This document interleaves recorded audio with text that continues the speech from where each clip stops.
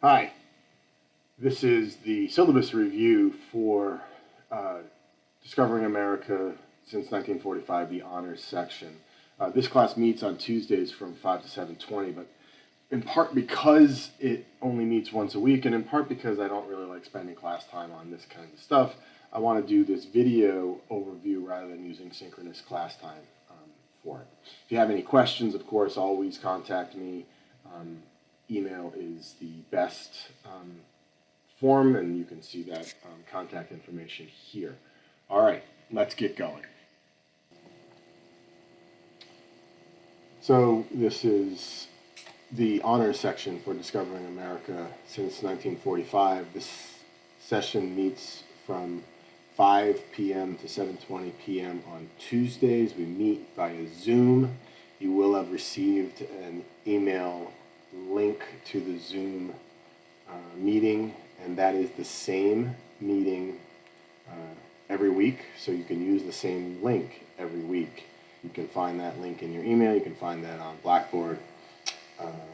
It will be, and I'll probably send reminders as well. I'm going to let you read this first page for yourself. Note my contact information is available. Please never hesitate to reach out to me for any reason. I want to emphasize the course grading. First of all, in the breakdown, I heavily emphasize your analysis. So this participation, presentations, papers, reading, those sort of things are much more important in terms of actual usefulness of this course than the quizzes and exams. The quizzes and the exams are really about the facts, the basics, the stuff that that essentially you can look up. But if you have to look it up, then you won't be able to analyze on the fly. Being able to recognize something doesn't seem right requires that we know some of the basics, and we're spurred to look up the facts. So the second and probably the more important thing that I want to point out about the point system that I use is that it's a point system, not an average system. So it's a matter of accumulating enough points, not getting the right average score. So each assignment has a certain amount of points available. If you get 940 points over the course of a semester, then you have an A. If you get something less than 940 points, then you see those point breaks below. This has a couple of impacts that are a little bit different than some classes. First is that this really emphasizes mastery, so more points tend to get awarded later in the semester for individual assignments, but generally all the assignments are relatively low stakes, so it's really a matter of really truly owning the material, getting familiar with the material. The second thing, which is related to the first thing, is that the points, I'll have to give you updates throughout the semester to tell you sort of roughly how that equates, but it's really just a matter of accumulating enough points. So if going into the final week of the course you have 770 points, you have a C plus no matter what you do, but you may want to earn an A, which means that you need to figure out a way to get 100 and some odd points in that last week, which will probably be possible, but you need to think that through, but you need to understand that the 2 points you get for an assignment is not 2 percentage points. It's just 2 points out of 1,000, and you need to get 940. Okay, so we can talk about that more, and please let me know if you have questions on this. I think it's the fairest way to go about classes. I think it's the fairest grading system.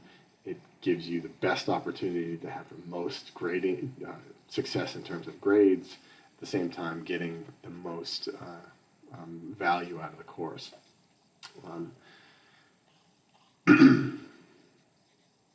Required texts. This is an honors course in history, which means that it's reading intensive. and writing intensive. That's the way this goes.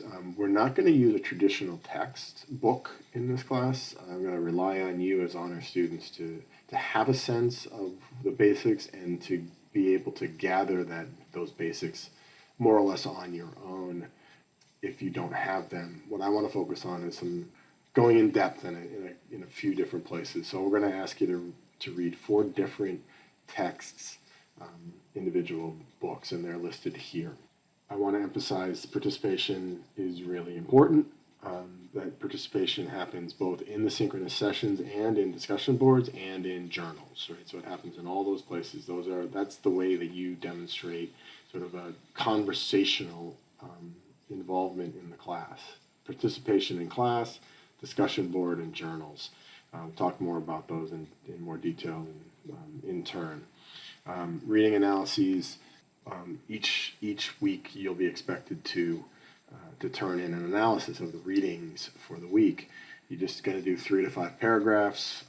That is not a summary of the readings. It's a critique of the argument made or a discussion of the implications of the information that you've read. Right? So it's not, here's what the author said. It's the author intends us to believe this, and they're full of crap, or they make very good points. That second part is the more important part, and then the most important part is why you react the way you react. So that's what the reading analysis is, and again, we can talk more about that in detail. The last sort of regular thing that you should be aware of is terms. As I've mentioned several times throughout this video, there's this sort of basic element to historical understanding. That is that some things happen and some people did them. And so understanding generally what happened, generally when it happened, and generally who did it, those are important precursors. But the thing that's valuable about history is not the who did what when, so much as the why they did it and what it means. Right? So the terms are really things that we quiz. They're not things that we want to emphasize as being the most important part of the class. Just knowing what happened is something that you can look up, right? Analyzing is something that takes practice. All right. You're going to find assignments and rubrics in Blackboard. If you have any questions, always ask.